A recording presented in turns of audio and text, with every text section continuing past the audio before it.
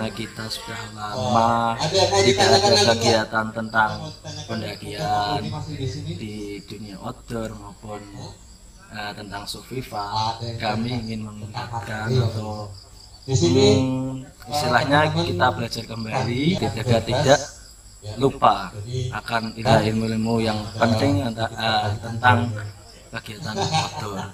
Dan juga di samping itu kita ingin silaturahim, mendekatkan dari yang belum kenal menjadi kenal, dari yang asalnya sudah mempunyai skill, kita belajar berbaur, berbagi ilmu bersama. Ada yang tahu nggak kenapa nggak boleh promo dekat nomornya itu bisa diberitahu? Ya mas, kan boleh. Merapat ke depan panggung. Jaga jarak. Materi. Baik, assalamualaikum warahmatullahi wabarakatuh. Perkenalkan, nama saya Dulu. Di sini saya sebagai moderator berdoa menurut agama dan kepercayaan masing-masing. Berdoa mulai. Perkenalkan, nama saya Erik, Uyul. Kita mengulas dulu sama pandemi, kita kegiatan camping dan belajar. Tapi bagaimana cara membuat tanggung dengan tali bukti ataupun dengan pakaian yang kita pakai, karena musibah bencana tidak mengenal waktu dan tidak mengenal tempat. Mungkin dari bapak-bapak teman-teman tahu, oh aku sering jari ini tapi rangi dengan tali satunya, maksudnya dari belakang.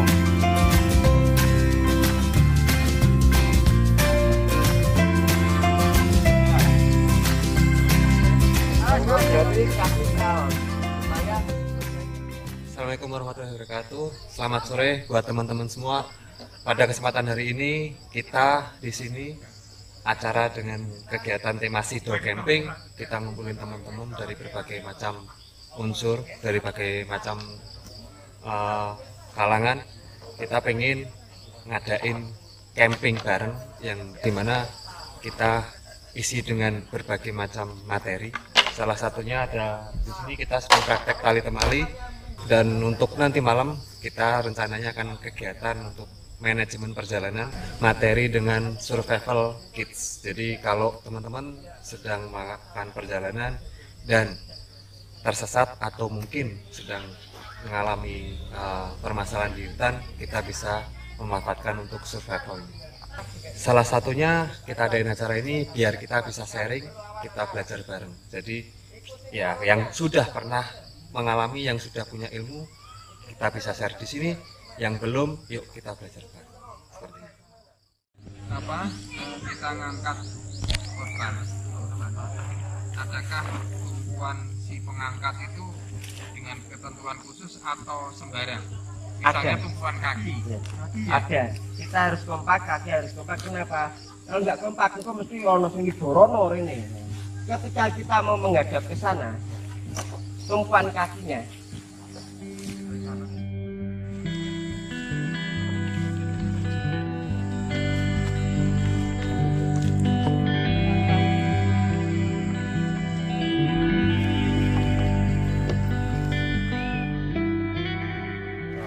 pada dasarnya ketika kita berkegiatan di lapangan itu kita harus tahu tentang simbol, paling tidak itu minimal 8 simbol dasar, karena itu yang sering digunakan.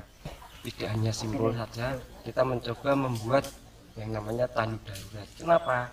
Nah, dalam kehidupan sehari-hari kita tidak tahu kapan ada musibah atau bencana datang, dan ketika kita dihadapkan dengan hal emergensi dan ada korban pun segera dipindahkan ke tempat aman.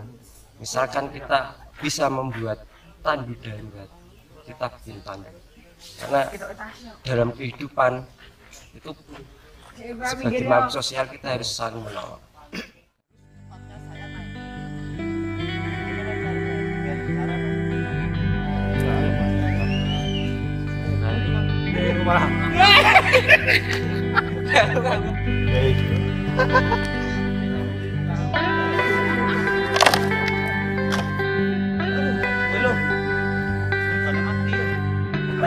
Bertemunya kali dengan kali yang harus disesuaikan. Oh betul.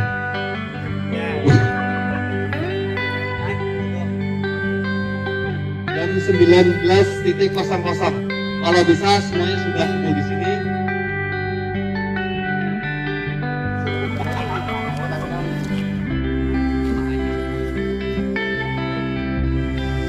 Ada lagi mungkin yang bisa saya bantu. Ya kok bengi bae ora kelakon kok wis takoke sesuk to. Semangat.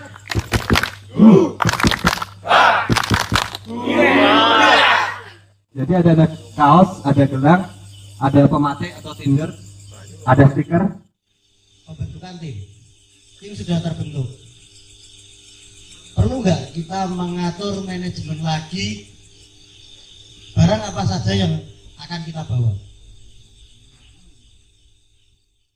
Jadi setiap pendaki atau petualang yang mereka suka dengan kegiatan alam bebas itu harus mengetahui manajemen perjalanan, karena di manajemen perjalanan itu sangat-sangat diperlukan untuk mengurangi resiko terjadi hal-hal yang tidak diinginkan.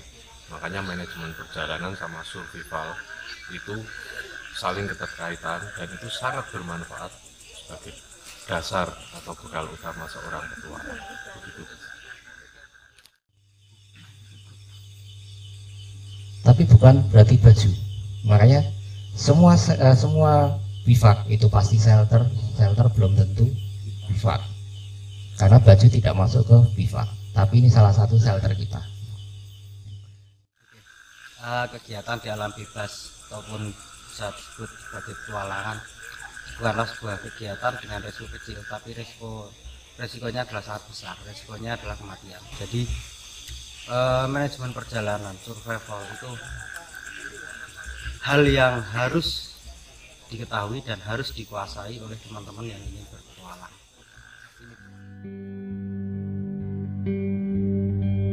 Tidak direkomendasikan sendirian, mungkin nanti pemragal bisa menjelaskan dari sisi survival. Karena kan kita dari kecil sebenarnya sebagai makhluk individu. Tapi oleh orang tua kita dijadikan makhluk sosial yang saling tergantung dengan orang lain. Air masih keruh, jika kita kasih alat untuk menyaring. Ada yang berani minum?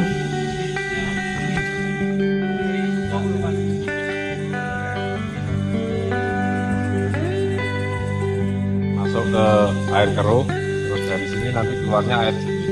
Kita pompa. Tiap pendaki atau seorang petualang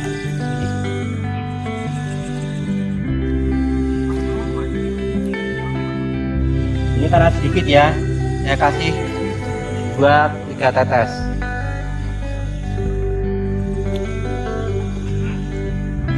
Harusnya yang main adalah air starternya. Ini diam.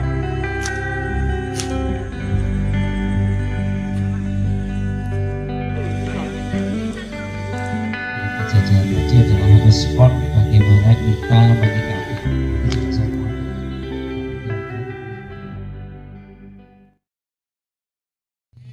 Selamat pagi. Apa kabar?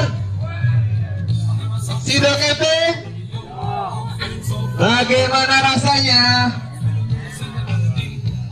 Ya, baik seluruh peserta segera kita merapat ke tengah lapangan. Nama saya Arif Pamungkas, biasa dipanggil Ayib. Nama saya Arif Mahadi, biasa dipanggil Kiwi. Nama saya Alan. Bagus sih, Alan. Si Alan ya.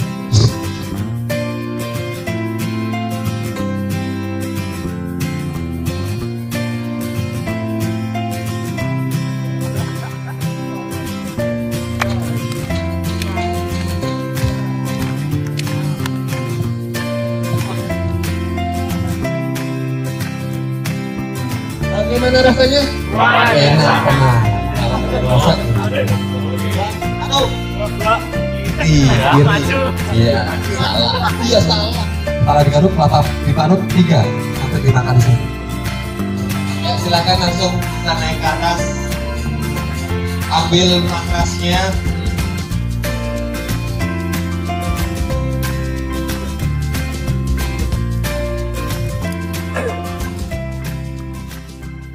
Karena dasar dari semua kegiatan di alam bebas itu ada 4 kompetensi, yaitu survival, first aid, navigasi, dan mountaineering. Yang paling mendasar itu adalah survival, karena saat kita mempelajari survival itu kita belajar hidup dan kehidupan. Belajar survival itu terkesan kurang diminati, karena mereka belum pernah terbentur dengan situasi survival yang sesungguhnya. Jadi dia beranggapan dengan peralatan dan perbekalan mereka yang lengkap, bahkan yang canggih, itu cukup. Di kondisi yang real,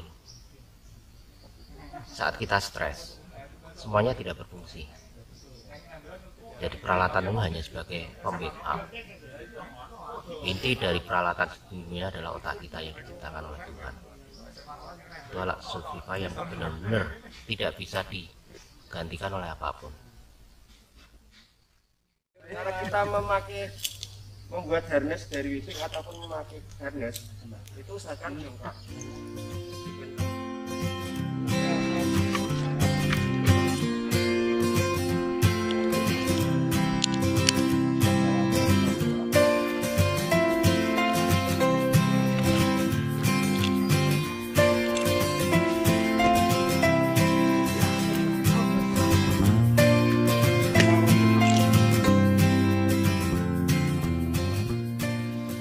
Jadi dulu tempat ini itu sebenarnya bukan villa. Jadi tempat ini dijadikan untuk budidaya lobster, budidaya tanaman hias, ikan hias, dan buah naga. Setelah itu dialokasikan ke Karang Taruna dan masyarakat sekitar sini untuk dijadikan kegiatan. Jadi kita tetap budidaya ikan, tetap budidaya tanaman. Kita rencana sih ingin membuat rumah jagat. Jadi yang rumah jagat ini kita fungsikan untuk pembibitan tanaman tahunan, terus sama pembibitan tanaman toga, dan juga dijadikan untuk bumi perkemahan. Kenapa bumi perkemahan? Karena dari mulai Karang Taruna, tokoh masyarakat, bahkan warga pun banyak yang berkegiatan outdoor. Sebenarnya teman-teman dari warga Ngrembel sendiri sudah membuat konsep untuk menjadikan desa Ngrembel ini menjadikan desa wisata edukasi. Jadi ada buah naga, ada kebun merica, ada peternakan mulai dari sapi perah, sapi potong, ayam petelur, dan budidaya ikan juga di sini juga sangat melimpah. Jadi, mungkin dari kegiatan kita yang ada di villa ini bisa membangkitkan semangat teman-teman warga sini untuk mengulas lagi, membangkitkan lagi semangatnya untuk menjadikan desa Ngrembel ini menjadi desa mandiri, desa wisata, desa yang tangguh.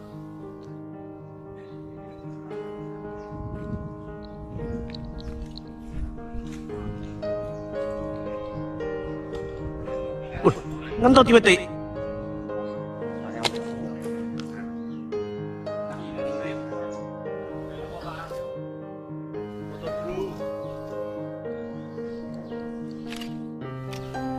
Lagi-lagi.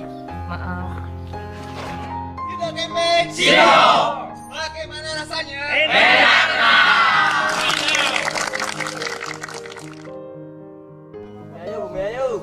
Ini kritik dan saran ini memang sangat kami butuhkan, mungkin untuk apa ya, pembelajaran untuk kedepannya lebih baik lagi. Assalamualaikum warahmatullahi wabarakatuh. Waalaikumsalam. Sido kambing. Sido. Ini adalah waduh Pak. Daging berkemas. Jangan kamu ulangi terus. Ya. Enggak apa-apa. Sido Camping ini merupakan suatu motivasi kegiatan kita dalam membantu kebencanaan, terutama itu membantu masyarakat dan membantu semuanya yang ada, dan mohon dilestarikan. Jangan biarkan otak kita. Ini tato permen karet. Iya mas. Oh, bukan. Ini oli bengkel. Baca doa dulu. Ditinggal. Baca doa dulu. Oh, entot. Entot. Ya ampun.